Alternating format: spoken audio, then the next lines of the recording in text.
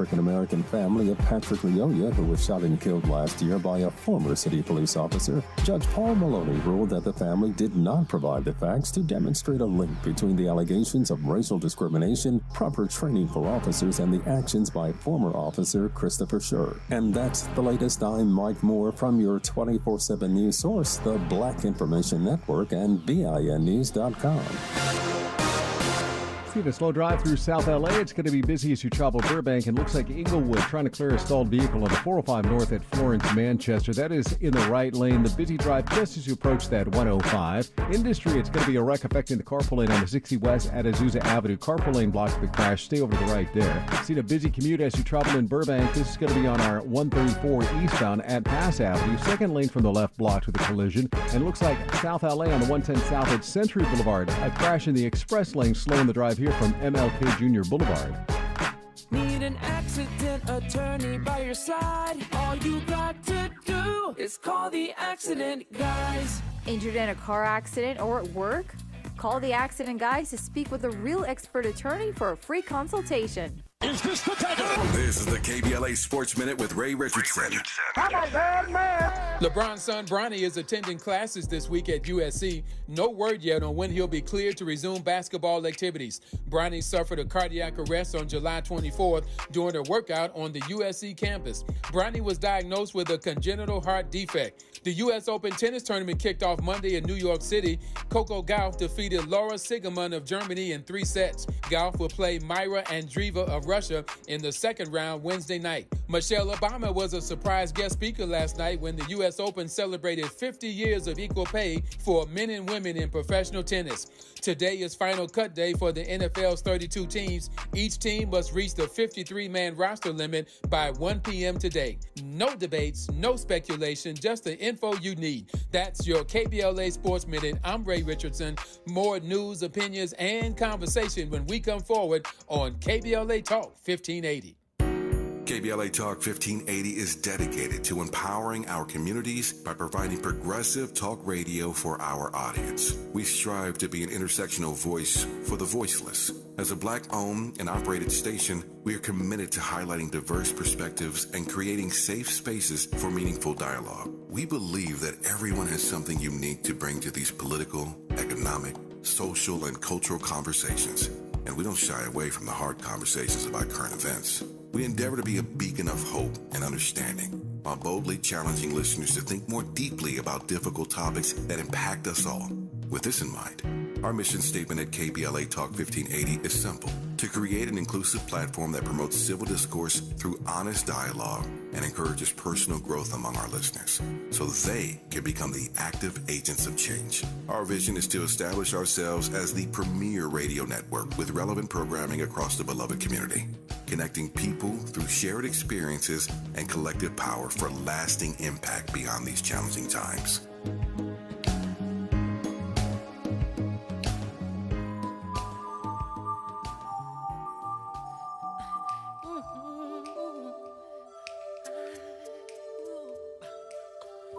Gonna make a change for once in my life. It's gonna feel real good. Gonna make a difference. Gonna make it right. As I turn up the collar on my favorite winter coat, this wind is blowing my mind. I see the kids in the street with not enough to eat. Who am I to be blind, pretending not to see their need? A son's disregard, a broken bottle top, and a one-man soul. They follow each other on the window, 'cause they got nowhere to go. That's why I want you to know. I'm starting with the man in the mirror. I'm asking him to change his ways, and no message could have been any clearer. If you wanna make the world a better place, take a look at yourself, then make a change. Well, Michael Joseph Jackson is still living. He'd be turning 65 years old today. today is the 65th birthday of Michael Joseph Jackson. And whatever you think of Michael Jackson, it is inarguable that he is perhaps the greatest entertainer who ever lived. And today, again, would have been his 65th birthday. And so, shout out to Michael Jackson and his rich musical legacy. You're listening to Tavis Smiley, and I'm glad about that. In this hour, for the hour, a conversation about the racially motivated murders in Jacksonville, Florida, and the broader implications for combating hate-driven violence with our regular contributor, Connie Rice. There is some Trump news, as I said earlier, we have to get to whether we want to or not. One of those subjects that you can't avoid even if you want to avoid it, because our democracy, as we said earlier in today's program, is hanging in the balance in so many ways. Excuse me. So I am pleased, as always, to be in dialogue with Connie Rice. Connie, how are you today? Hey, Tavis, I'm doing great. How are you doing? If I complained, I'd be an ingrate. But these are challenging times, interesting times, unique times. As I said, I don't want to complain because I don't want to be an ingrate, and yet I'm not going to lie. My heart is heavy, and my heart is heavy. I suspect not unlike yours and many others, because yesterday we celebrated the 60th anniversary of the March on Washington. We had an all-star lineup yesterday. We had Claiborne Carson, we had Cornel West, we had William Barber, just an all-star lineup yesterday on this program talking about this historic moment, the greatest demonstration that is for freedom and justice in the history of this country. So it was a great day 60 years ago, and we celebrated that yesterday. And yet, as I said yesterday, I'm trying to juxtapose that celebration, Connie, with the reality, given what happened in Jacksonville, Florida, that black folk are still the most hated folk in this country. I'm having a hard time squaring those two things, so talk to me. Well, they've always existed side by side, haven't they? They have. And always. I mean, United States is complicated. And, the commemoration of the venue where he did that amazing I Have a Dream speech. Well, 60 years later, many African Americans are living a nightmare. Mm-hmm. And because we're reversing once again. We've had white backlash many times. This is about the fourth biggest one. And Tavis, it's difficult to see your way through to a solution while you and I might be personally thriving, so many of our communities are dying. And taking a look at both the individual level issues and then the larger systemic issues. And so when you look at this moment in time where we're fighting for the framework of a democracy that many African Americans have never experienced, but we're fighting to save that framework, because if we move to the framework that a lot of the white supremacists and the GOP white supremacists, a lot of the white anti-black erasure movement, the anti-black, it's not anti-woke, it's not about woke, it's about black people. Mm-hmm. And so there's an erasure process here. They want to erase the history. They want to erase our ballots. They want to erase our city elected officials, taking the Justins out in Tennessee and in Jacksonville, defunding the first DEI position that a black city councilwoman got through. You have swastikas being unfurled in Jacksonville, where the shooting happened this past weekend, and but at the same time you have progress. Mm-hmm. So it's always been 3 steps forward, 4 back. We had 8 steps forward when Obama got elected, and now we're going 15 steps back. Mm.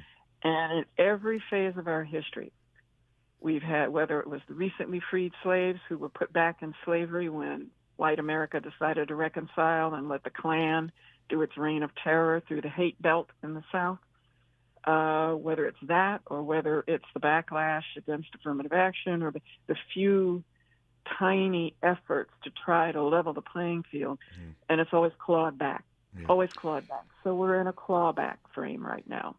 When we come forward, I want to share, and I've shared it before, so some of you've heard it before. Connie knows it because she was a friend of Harry Belafonte, and as was I, both honored to be in his circle of friends, the late, great Harry Belafonte. But she mentioned Obama's election and how we moved forward, but then, of course, regressed. Harry Belafonte told me something at the moment of Obama's inauguration. I'll share that story that Mr. B shared with me, told to me, to my face. Get Connie's take on that and a great deal more. Just getting started in this hour with our regular contributor, Connie Rice, about all things politics and social. A lot to unpack as we move forward on Tavis Smiley. More of Tavis Smiley when we come forward.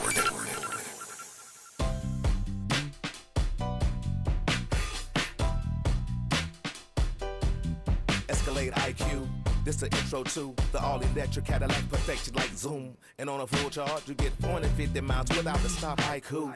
This is what I do. Daddy fat intellect since '92. Linked all the way back, panoramic roof. Come with 24-inch rim standard. Ooh, why? Shawty don't kill him. Cadillac diamond in the back, cold chillin'. And when I'm on attack, on the track is no ceiling. Sky's the limit. You hear me? You hear me?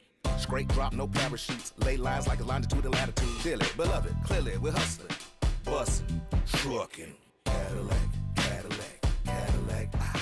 For more on the Escalade IQ, visit Cadillac.com. Available late 2024. GM estimate 450-mile range. On a full charge based on development testing and/or analytical projection. Consistent with SCHA 1634 revision 2017 MCT. Range subject to change prior to production. Annual rates may vary based on service factors, including ambience temperature, terrain, battery age, and condition loading, and how you use and maintain your vehicle.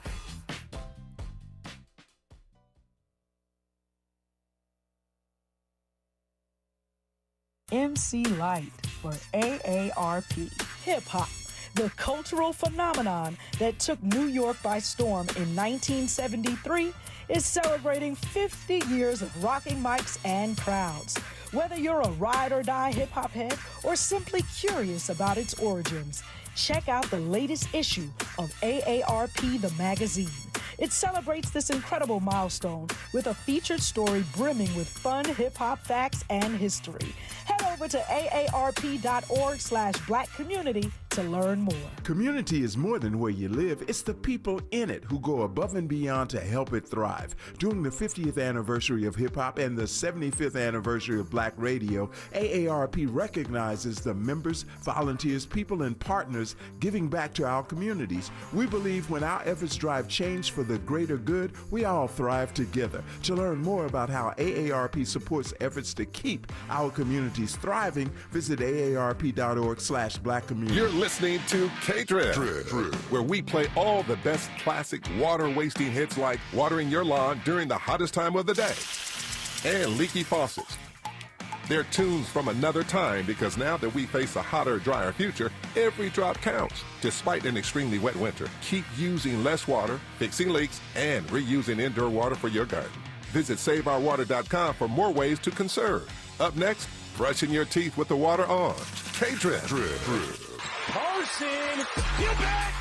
Hey, I am Jasmine Carson, LSU Women's Basketball National Champion. I had to up my game, and it's time I up my intimate grooming routine too. Venus for Pubic Hair and Skin is the only razor and regimen specifically designed for your pubic area. Featuring a razor with a patented irritation defense bar and a skincare regimen that is dermatologist tested, Venus helps protect your pubic skin from shave irritation. Visit GilletteVenus.com to learn more about the full regimen of products. Helping to make you the most knowledgeable person in your circle of friends. This is Tavis Smiley. Connie Rice is our guest in this hour of Tavis Smiley, and I'm pleased to have her on today. I said a moment ago that I would share this Harry Belafonte story. Connie, you've heard me say this before. Others in this audience may have heard it. But at the inauguration of Barack Obama, in that historic moment, Mr. B looked at me and, with tears in his eyes, said to me that he feared for the future, feared for black folk in the future. And I was a bit stunned. I mean, here we are at this historic moment. Obama's being inaugurated. Why is Mr. B concerned? What's he afraid of? And what you obviously know, Connie, he was afraid of the backlash that was to come. He had lived long enough at that point to know what you said earlier, that every time black folk in this country take one or two steps forward, there's always a backlash. There's something about this country that just does not want to see, is not yet comfortable with the progress that black folk make. Whenever we make any real progress, to your point, there's always going to be an immediate regression that follows that. And so he was at once celebratory about the occasion, the inauguration of Barack Obama, but also scared because he knew what was going to come. And sure enough, he lived long enough to see Trump follow Obama in the White House and all that happened during Obama's watch on the way to Trump being Obama's successor. I raised that because you raised it, that there is this backlash in this country. As I say all the time, I am not naive in asking this question, but what is it about this nation that just cannot stomach, cannot accept black progress? I think there are a couple of groups who will never be fully integrated and assimilated. The Europeans have assimilated with one another. European Americans have assimilated. But you got to remember, when the Irish and the Italians came in, the Italians were actually classified as black. And so they went through a much lighter level of struggle to become accepted in the white power structure and the European dominated power structure. But Tavis, they had to, one of the credentials to get into that elite level of dominant group was that you had to show that you loathed and mocked and denigrated black people. That's what blackface is about. Mm-hmm. Mm-hmm. So it's almost like a requirement for dominant citizenship, meaning you're part of the group that holds power in this country, the part of the group that determines what the cultural norms are, and part of those cultural norms are anti-black racism. It's also anti-people of color racism. It's also the patriarchy of sexism against women. It's about a country that and this is what the Make America White Again, the MAGA movement, is about. It's about the cry for going back to a country that was originally constructed to preserve the power and the privilege and the dominance of straight Christian white men. And so we're fighting on a democracy front, a patriarchy front, a racism front, an anti-LGBTQ front. And I think that what Harry and what the great leaders at the march, the commemoration march this past weekend, are all saying, and Reverend Barber, all of the leaders, you had what I call the Grand Alliance. Well, it's not what I call it. It's what history has called the Grand Alliance. Mm-hmm. And it's how we got ourselves out of slavery. We had a Grand Alliance. Harriet Tubman couldn't end slavery, but she ran a railroad. Well, she ran that railroad with the help of Quakers and progressive whites and Jews who helped her to ferry out slaves on that railroad. The Civil Rights Movement, after the rise of terror and the Klan and the complete suppression of African Americans after the Civil War, there was a new Grand Alliance that helped people like Harry Belafonte and Medgar Evers and Fannie Lou Hamer and that whole amazing vanguard of black liberation in the civil rights movement, Thurgood Marshall, all of those folks who helped end apartheid in this country and died doing it, they also had a Grand Alliance of international help, of help from progressive white people in this country, Jewish communities. We had an alliance. And the commemoration march yesterday, the commemoration gathering yesterday in D.C., they're saying to keep the dream alive, the dream of democracy, the dream of pluralism, the dream of African Americans, even though we're never going to be accepted. I just don't. There's some groups that are never going to be accepted because we look too different. Our history is too painful to white people. When white folks, and I live in an all-white world, Tavis. I grew up in the Air Force. Mm-hmm. I'm about one of the whitest black people you're ever going to suffer to meet. Most of my family, we've got white folks in our family. I am biracial, and after living and I understand the fears. You can go to other countries and see it with other groups, but when the dominant group has done so much damage, genocide, slavery, when they look at the targets of those atrocities, it's a reflection on them that they loathe. So when they look at us it forces, it rips the mask off the lie that there's a generosity and that there's an acceptance. That's a lie. Mm-hmm. And we remind them of that lie, and it's too painful. It's like you're damaging my self-esteem. I can't learn about slavery. It'll make my children feel bad. Well, no, your children didn't have anything to do with slavery. You teach slavery through the Grand Alliance of the abolition movement. There were all kinds of Quakers and white Christians who helped in the abolition movement, who stood by Harriet Tubman and a number of the other African-American liberators. And so you teach the history through the good people in America who allied with people who were enslaved, our folks, our ancestors. Mm-hmm. So, there's what Harry Belafonte was reminding us is that every time there's a backlash, a white lash, a clawback of progress, what we do is we have to form another grand alliance to say, no, we're going forward. We're not going back. We're not going to the back of the bus. We're not going back in the closet. We're not going back to the back of the line. We are going forward together. And it means, Tavis, that we as African Americans have to stand shoulder to shoulder, back to back in the trenches, the foxhole, with groups we may not agree with on everything, but who are also being attacked. Yeah. So I'm actually very hopeful because my great aunts and my grandmothers and my grandfathers always reminded me what we face is so much less than what they faced. And my grandmother said to me, I don't want to hear you complaining, because until you've had to sit in your kitchen in Birmingham, Alabama with a long gun over your knee waiting for the Klan at night, I don't want to hear any complaints. You put on your uniform and you go out there and you fight. Yeah. And that's the frame we're in right now. I hear grandmother's advice, as I call my grandmother, Big Mama. I hear Big Mama's advice. And yet the fear is that we could return to those days.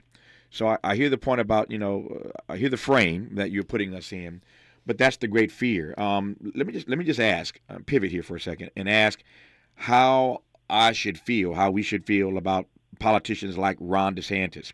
DeSantis spoke at a vigil. He was heckled in Jacksonville, Florida. This is his state, of course, running for president, as we all know.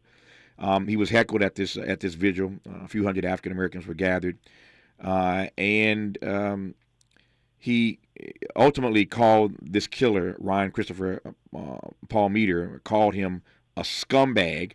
And ultimately, there were some folk in the audience who applauded when he said that. But this is the same Ron DeSantis who has loosened gun laws in the state, the same Ron DeSantis, as you mentioned earlier, who's faced criticism, as he should, for targeting what he calls woke ideology, which you raised as well. And these sort of two-faced politicians trouble me.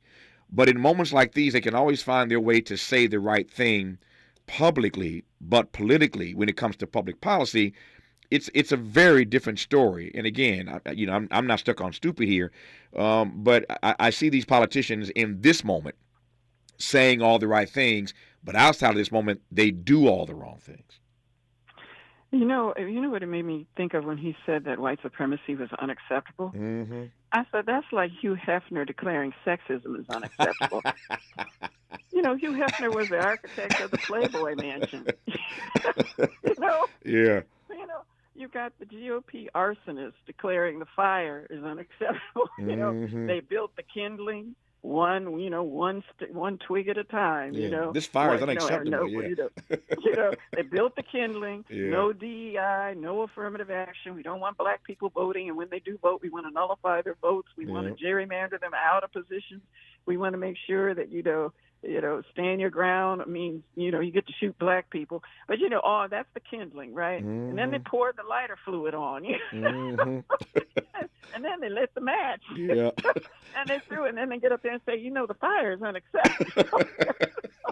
We have to call this stuff out. We can't can't let them frame this stuff this way because, we're laughing because it's so absurd. But you sit there, and that's what gets broadcast out, and that's like the dog whistle or the foghorn that says it's okay. We're not at fault here. We don't have anything to do with this. And then they come out with the gun. So, the Jacksonville murders, the hate crimes, and the kill the niggers shooting that just happened.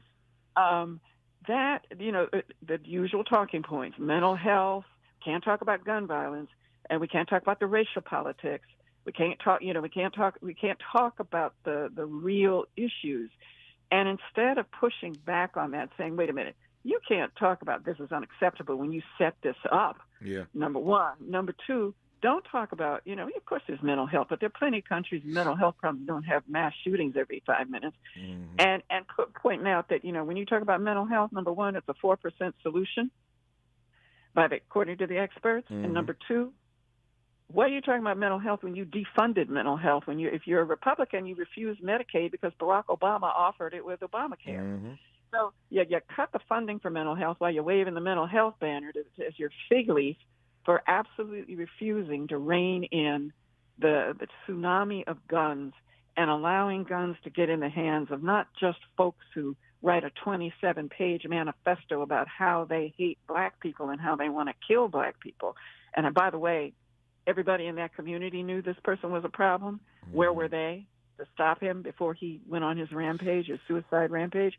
So, Tavis, I think that we have to be able to shut down the fuselage, the fire hose of lies, and start framing this stuff accurately. We don't have to do it in a way that sounds hysterical. I do it with humor. I mean, I said, look, talking about, well, at least he's not Steve Bannon. You're talking about some of the little Christo-fascist, anti-gay, anti-black, anti-Jewish. They're just, they're basically the new Klan, the new Proud Boys. And, not going against them with the right kind of rhetoric is I think, malpractice. I've got 2 minutes here. We'll continue when we come forward. Let me just cover this ground right quickly in these 2 minutes here. I see people starting to try to split hairs here. To your point about mental illness, this has been referred to as it should be, I think, as a hate crime. These murders in Jacksonville, it's a hate crime, no question in my mind, at least. And yet, we also know, to your earlier point, that everybody in the community knew this kid. He did, in fact, have some mental health issues. He had been placed on a hold some time ago. So is this mental illness or is this a hate crime? I see folks splitting hairs on that, Connie. It may be both and some added things in addition. But don't forget when Dr. Poussaint tried to get extreme hatred of black people classified as a psychiatric disorder, the American Psychological Association, which is mainly white psychiatrists, told the group of African-American psychiatrists racism is too wide a cultural norm for it to be declared a mental illness. Yeah. That's all you need to know. Yeah, that's all you need to know. Point well taken. I should mention, we put some facts on this. Connie made the point. Let me give you some data. We are now on day 241 of this calendar year, 2023. Day 241, over 470 mass shootings to date. Day 241, 470 mass shootings and counting. Do the math yourself. I'm Tavis Smiley. She's Connie Rice. When we come forward a bit more about these Jacksonville murders, a couple more things I want to tease out about that, and then we'll turn to Mr. Trump. There is some Trump news. You heard me say in our last hour that Donald Trump raised over $7 million after turning himself into in Atlanta. Turns himself in, and the next day, literally the next 24 hours, he raises $4.1 million. That number is now well over $7 million that he's raised as a result of his turning himself in. He knows how to turn these things into money, which we all knew. There's some other stuff about Donald Trump that I want to get to. He has gone off on this judge, one of these judges, and this one happens to be a black woman. And I am waiting to see what happens when Donald Trump continues to go off on a black woman judge. We will talk about that and a great deal more when we come forward with Connie Rice on Tavis Smiley. You're listening to Tavis Smiley. Ranked number 45 on the Heavy 100 list of the 100 most important radio talk show hosts in America.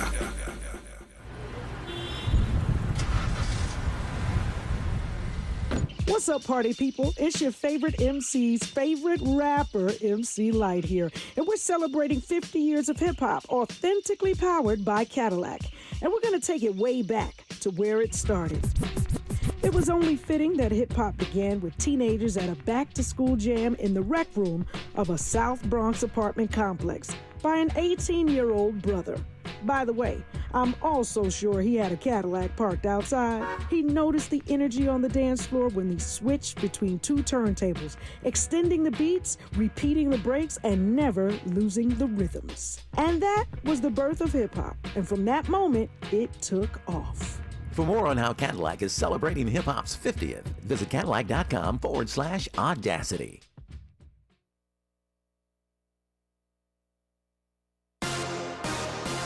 Thank you for joining us, everyone. I'm Mike Moore. Here's the latest from the Black Information Network. State and local NAACP leaders in Connecticut are outraged after learning of an apparent white supremacist rally in Bristol earlier this month. The NAACP leaders are also upset with what they call the indifference of city Republican leaders over the issue. In addition to the rally, city police have received complaints of racist flyers being left around Bristol.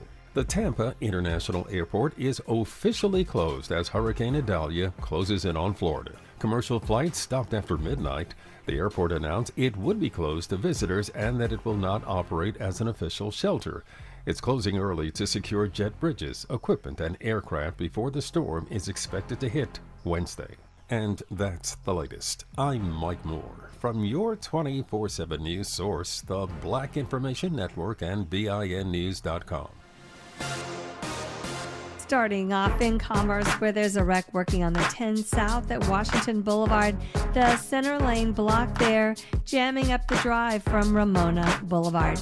Santa Fe Springs, an accident on the 605 South at Telegraph.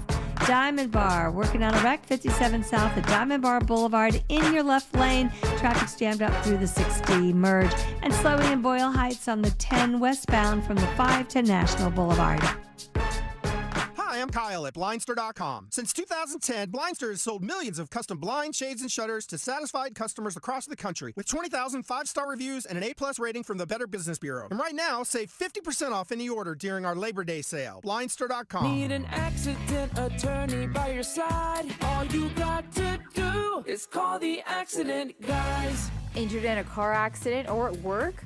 Call the accident guys to speak with a real expert attorney for a free consultation. This is the KBLA Sports Minute with Ray Richardson. I'm a bad man. LeBron's son Bronny is attending classes this week at USC. No word yet on when he'll be cleared to resume basketball activities. Bronny suffered a cardiac arrest on July 24th during a workout on the USC campus. Bronny was diagnosed with a congenital heart defect. The U.S. Open tennis tournament kicked off Monday in New York City. Coco Gauff defeated Laura Siegemund of Germany in 3 sets. Gauff will play Myra Andreeva of Russia in the second round Wednesday night. Michelle Obama was a surprise guest speaker last night when the U.S. Open celebrated 50 years of equal pay for men and women in professional tennis. Today is final cut day for the NFL's 32 teams. Each team must reach the 53-man roster limit by 1 p.m. today. No debates, no speculation, just the info you need. That's your KBLA Sports Minute. I'm Ray Richardson. More news, opinions, and conversation when we come forward on KBLA Talk 1580.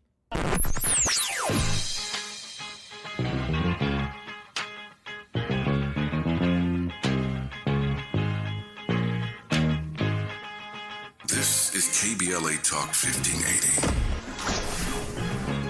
Talk radio. That's music to your ears.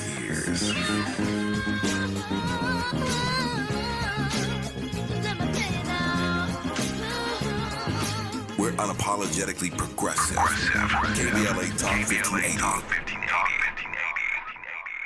Are you looking for a tax preparation firm that understands the unique financial challenges of African American business owners? Then look no more. Wealth Management Financial Advisors can prepare and file your individual and business taxes. They're committed to providing their clients with the best possible service. See how they make the greatest impact on your taxes. Find them at wealthmanagementlb.com or call them at 562-427-8877. That's 562-427-8877. Hello, I'm Jay Winnick. On 9/11, I lost my brave brother Glenn in the collapse of the World Trade Center. Glenn was a volunteer firefighter who died in the line of duty. Glenn's bravery inspired me to help start the nonprofit that's turned September 11th into a national day of service. For 9/11 this year, please join me by doing what Glenn would have done, taking time to help others. Please visit 911day.org to learn more. 1 in 4 Americans today are living with a disability. I'm one of them. People with disabilities are extremely talented, resilient problem solvers that have so much to offer. And we've got a trusted ally on our side, an organization we can rely on, Easter Seals. Easter Seals is leading the way to full equity, inclusion, and access to healthcare, employment, and education for people with disabilities, families, and communities. That's my Easter Seals. Make it yours. Learn more and get involved at easterseals.com. Made fresh daily in the Mert Park, Los Angeles, California. You're listening to Tavis Smiley. You're listening to Tavis Smiley and Connie Rice, who's our guest in this hour as we're talking about a variety of issues. We've been spending some time, in case you've just tuned in, talking about the takeaways from the murders of these black folk at this dollar store in Jacksonville, Florida, at the hands of Ryan Christopher Paul Meter, who fired 11 rounds at 52-year-old Angela Carr sitting in her vehicle. And another brother was killed as he tried to flee. Another shot dead as he entered the premises. Another woman chased but managed to escape. But 3 persons dead, as we all know, in Jacksonville, Florida, at the hands of this young white guy. As I said earlier, black folk are still the most hated folk in this country, even 60 years after the March on Washington, which we commemorated yesterday. Connie, one final thing about that, we move to Donald Trump, whether we want to or not, we have to. This guy, as we established earlier in this conversation, had mental health issues. And yet, with mental health issues in his past, he was able to buy these guns legally. Nobody still wants to talk about the guns, Connie. Yeah, it's third rail. You know, it's kryptonite. You're not allowed to say it. You're not allowed to bring it out. So that has to change through we're fighting on several fronts here. That's the power front.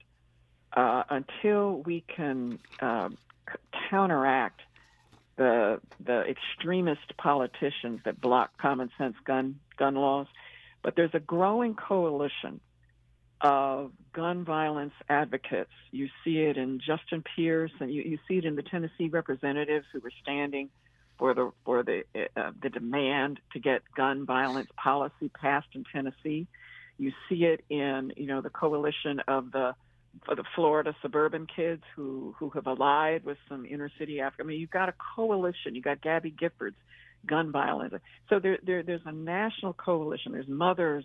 There's mothers of gun violence victims are starting to align. When mothers start organizing, the country's going to move. So we are starting to get organized to push back on the stranglehold that the NRA has on extremist politicians. And it's going to it's building, but a lot of the times these power movements take about 10 years to blossom. So that's building. We got to keep doing that. Yeah. And every chance we get, just talk common sense gun violence control. Yeah.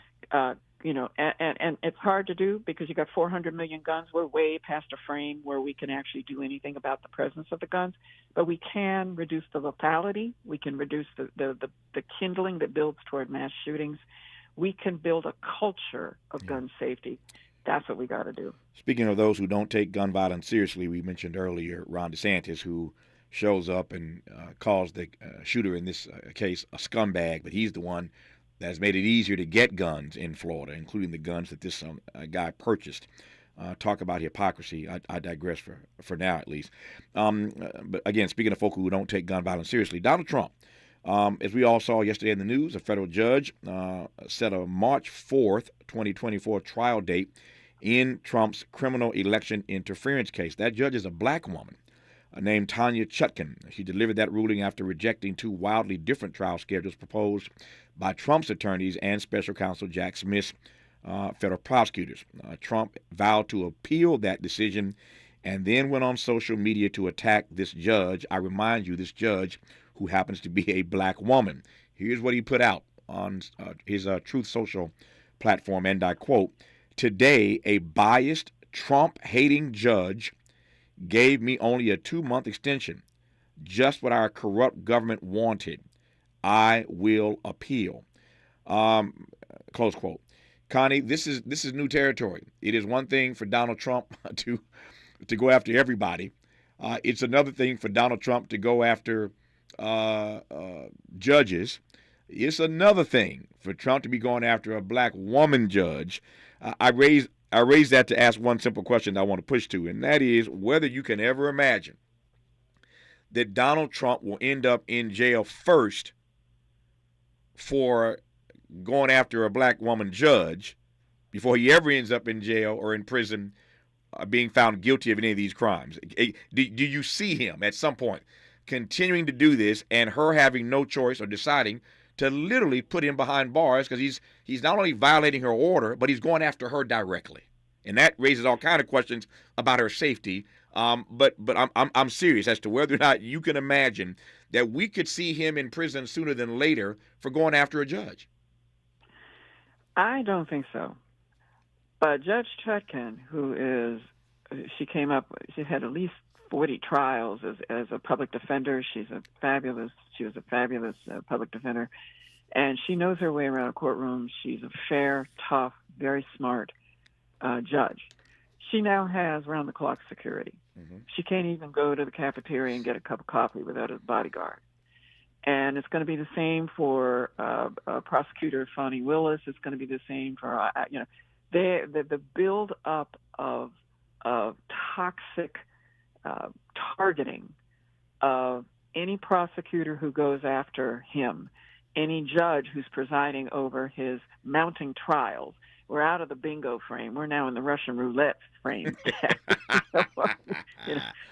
These trials are now loaded, all right? Yeah. And the question is, which one goes first? And Judge Chutkan this weekend said, this case, the January 6th Smith prosecutor case, is going to go first. Mm-hmm. And it's against one defendant, Donald Trump. It's designed to be a laser beam case. Not 19 defendants. It's going to take 10 years to pick a jury for. It's designed to be fast and to get done before the election happens, and that's the case that he fears the most. This is the case that Judge Chutkan has. So, no, I think that what she's going to do is she's going to give him more and more rope to hang himself with. And as he gets more and more scared and starts issuing threats, she's not going to rein him in based on the threats against her.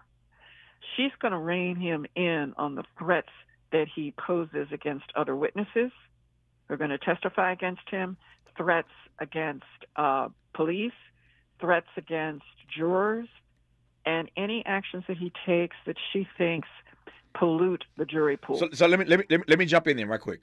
So when you say rein him in, what does that mean? And I'm pressing on what that means, because if you can talk about a judge this way, he's just getting started. You know how he is. He's going to ramp up. He'll be calling her a B. This is family radio. He'll be calling her a B if he can get away with it. Before too long, he's done that to others. You recall what he said about Megyn Kelly and other people. If he can get away with it, he will say with it. So when you say that she will rein him in, what does that actually mean? Because if you or I, if an everyday person, if I went on my Twitter account or Facebook, Instagram, anywhere, and started dissing a judge the way that Donald Trump is doing, black, white, or otherwise, I'd be in prison. So when you say reining him in, what does that actually mean?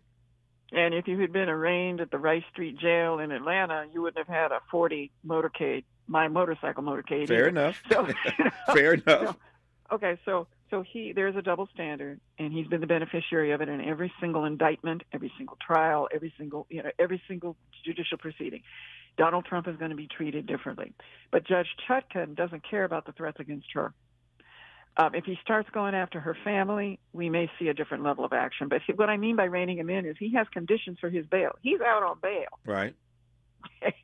If he violates the bail conditions too aggressively by doing the things I said a little bit before, going after jurors, polluting the jury pool, actually issuing threats that look like they're going to be imminent violence, she'll pull him in. She can fine him. She can gag him. She can issue an order that he can't appear in certain. She doesn't want to do that. She doesn't want to look like she's suppressing his First Amendment rights, and she does not want to make herself the issue. So she won't go after anything that goes after her personally. I know that's weak tea. Yeah, but weak. That's how she can rein him. She can fine him, Yeah. or Tavis, if he gets really, really outrageous, and I don't think this will happen because it'll be real political dynamite. She could throw him in jail. She could revoke the bail. Well, that's what I said. I mean, that was my question. My question is, can you see any situation or circumstance under which Donald Trump actually ends up in jail sooner than later for violating her orders, including going after her? I take your point. I see the way you slice that. But it raises another question I want to get to when we come forward, and that is, even if she, stays cool and doesn't throw him in jail the way she would all the rest of us for going off on her and calling her names, even if she doesn't do that, how can she serve as a fair jurist? If this guy has talked about you and just violated the process and you want to throw him in jail, but you didn't because you didn't want to seem like you were unfair, I ain't stupid. We're all human. We ain't human and divine. We know how she feels on the inside.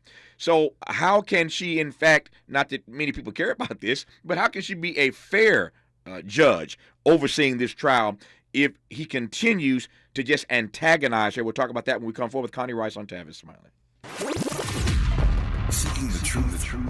Speaking the truth. This is the Tavis Smiley Show. What is dedication? My biggest fear in the middle of my addiction was that my kids wouldn't have a father. And I started thinking, you know what? This isn't my story. I definitely had to become a better man to be a better father. It's important to me that my kids are empowered and truly believe that if they can think it, they can do it. That's dedication. Visit fatherhood.gov to hear more. Brought to you by the U.S. Department of Health and Human Services and the Ad Council. Joey from Vermont, a farmer trying to get through the winter. Adriana from South Carolina, a single mother living paycheck to paycheck. Liam from Ohio, an injured father struggling to provide for his family. Hi, I'm Shanola Hampton, and I support the Feeding America network of food banks because they help provide over 6 billion meals to people in need each year. Learn more at feedingamerica.org. Extreme heat can make you very sick and can be deadly. For Californians 65 and over, it's important to have a plan. Ask your healthcare provider if your medications affect your ability to cool down. Know the signs of heat illness and stroke, as well as the location of your nearest cooling center or air-conditioned space. And if you have loved ones over 65, be sure to check in on them on hot days. Learn how to stay safer from extreme heat at heatreadyca.com. Brought to you by the state of California. My mom has decided to learn to paint, and she's good. My dad's now into creative cuisine, and I've already put on 6 pounds. Learning new things comes with age. My mom, she started forgetting my name and what we're talking about. Forgetting well-known things doesn't. Memory loss may be a sign of Alzheimer's disease. Early detection gives you and your loved one time to plan for the future. Learn the warning signs of Alzheimer's at 10signs.org. Brought to you by the Alzheimer's Association and the Ad Council. For all of us, this generation and the next, there is simply no place in our lives for litter. And yet, it's everywhere we look. And unfortunately, it does belong to all of us. So, let's come together and create a litter-free, clean California, once and for all. Remember to properly dispose of your trash and recycling. Secure truckloads with tarps to keep debris from flying out. Clean out your car when you're at a gas station. Take pride in your community by organizing a cleanup event. Or join a cleanup event near you. Zero litter is the goal. Join us at cleanca.com. That's cleanca.com. Let's do it together. Brought to you by Caltrans. cleanca.com.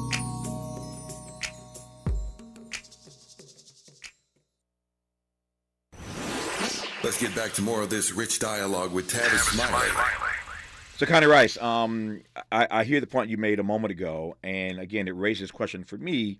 Even if she's disciplined enough to not throw him in prison for coming after her, et cetera, et cetera. How are we going to respond to the argument that she can be fair given the way he's sort of basically backed her into a corner? Two separate issues. First of all, she's a professional. Right. We are trained. Lawyers are trained to ignore that crap. That's all noise. Mm-hmm. She doesn't care about that. She doesn't care about any of that. She will lose this case the moment she starts reacting emotionally. Mm-hmm. There's no emotion in her. From reports of her demeanor yesterday when his lawyer stood up and did, it was like a minstrel show. It was so ridiculous. Talking about Hunter Biden's laptop, talking about the trial date needs to be in 2026. And she calmly looked at him and said, could you please give me a reasonable date? 2026 is not. He couldn't. He said, absolutely not. Da, da, da. She said, well, then let me set it for you. She absolutely doesn't take the bait. She's not right. You never, ever give anybody who is attacking you what they need. And she's not going to give them what they need to have the case removed. She's the reason that she can be absolutely impartial is because as a federal judge, that's her job. Yep. And Tavis, I know what that means because when I had to defend, I was trying to get a death sentence of a Klansman reversed. Mm-hmm. Do you think I liked him? Mm-hmm. It had nothing to do with whether I fought like a dragon to save his life. That was my job. Mm-hmm. She has the exact same psychology because that's how we're trained. You are there strategically, and you absolutely can be fair because what you do is you don't bring your emotions to the case. Right. There is a time when compassion, and that's for final arguments and so forth, when you're an advocate. But when you're a judge, and when you have to represent a client whom you don't like, you have the duty of zealous representation. She has the duty of absolutely fair adjudication. No, I get it, but it reminds me of that "you lie" moment. remember Obama's speech, "You lie," and he had to just keep it moving and stay cool. No drama, Obama. He got his way through it. But I still am incensed that a president of these United States, the first African-American one, could have somebody stand up in the middle of a speech in the well of Congress and call him a liar in the middle of his speech. And he just had to be cool and keep it moving.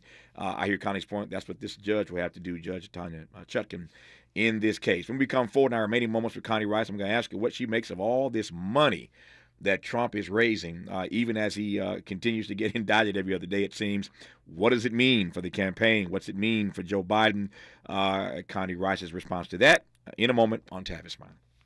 Hope, agency, dignity. This is Tavis Smiley. Can you dig it? Come on!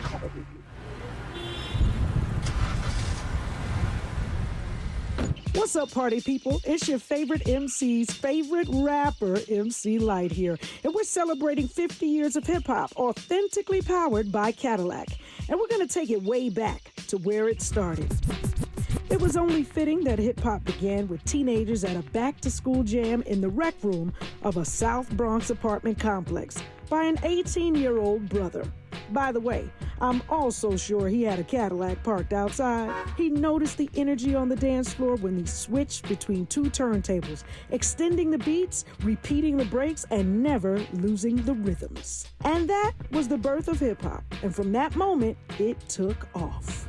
For more on how Cadillac is celebrating hip-hop's 50th, visit Cadillac.com/audacity. Hey there, Los Angeles. This is James Lucky Jr., publisher and editor of Los Angeles News Observer. Are you hungry for news that matters to you in the African-American communities of Los Angeles? Well, buckle up, because we got the scoop you've been craving. Stay in the know and never miss a beat with our free weekly publications conveniently available near you. Or hop on the digital wave and become an exclusive subscriber at OGNSC.com. Don't forget to join the party on Instagram and Twitter at OGNSCINC for behind-the-scenes access and sizzling updates. No more FOMO. Let's stay informed, connected, and empowered together. Are you looking to steer your career in a new direction? Driving for the Culver City Bus can be your ticket to a long-lasting career with excellent benefits and paid training. Culver City Bus is looking for customer service and safety-minded bus operators to join the growing team. Culver City Bus offers on-the-job paid training, uniform allowance, and health benefits. Culver City Bus are now even putting their money in your pocket with a one-time $2,500 sign-on bonus. Let us connect you with an essential service job. If you enjoy driving, seek real opportunities for career advancement, and passionate about making a difference in your community, then we invite you to join the team. Start your journey by submitting an application at culvercity.org/job. For more information, visit culvercitybus.com or call the live customer service operator at 310-253-6500. Again, 350-253-6500.